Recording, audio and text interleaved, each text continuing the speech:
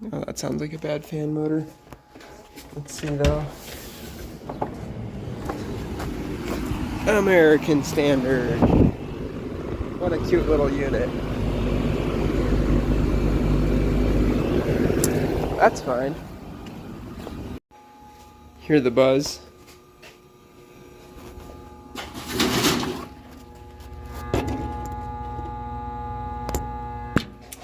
No blower going. It's too bad. So.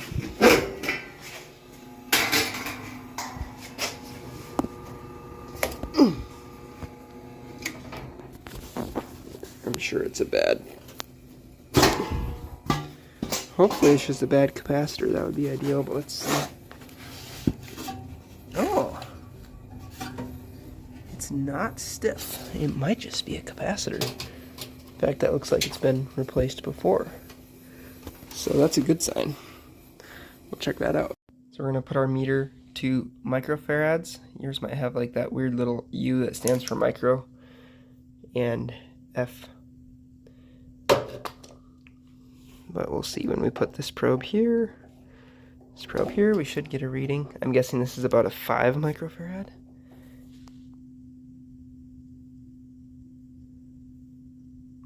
.94. Now we'll have to actually check and see what size it is.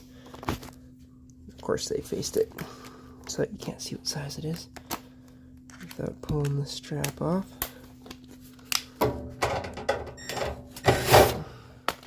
Hopefully it's 5. 7.5. So yeah, that's a bad capacitor. Let's throw a new one in and see if it takes care of the problem. So this is a 370 volt. Let's put in an American-made 370 volt. We do install the Chinese ones too. It just kind of depends on what's available, but these ones sometimes last better. This guy goes in the bucket with the other ones. I'll go throw this one in. It's actually smaller, but same rating, so it should work.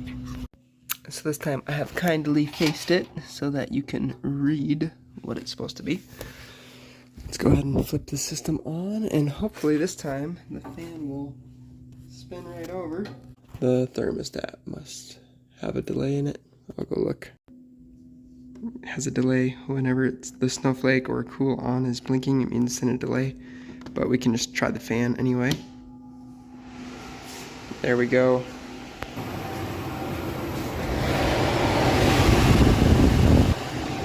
Right off this time. We'll throw the covers back on and then double check the AC.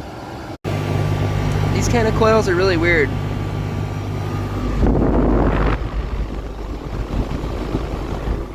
They don't really seem to plug up, but yeah, looks like we're gonna be good to go.